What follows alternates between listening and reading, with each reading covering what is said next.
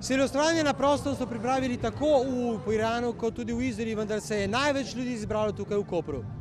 Največ je bilo sicer domačinov, ki so ob odlični glasbi v novo leto stopili predvsem z veliko željami.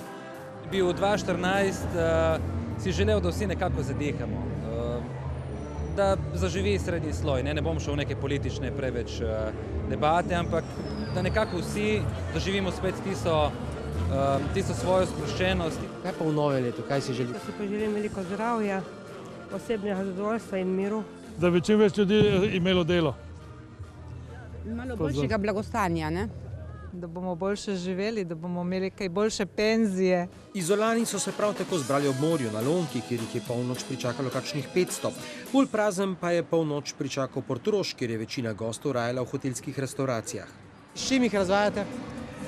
Bogata gastronomija, zabaven program s plesom, razna presenečenja, srečolovi, eno bogato zabavo, gostje so razigrani, plešejo, tako da je vzdušje res prijetno.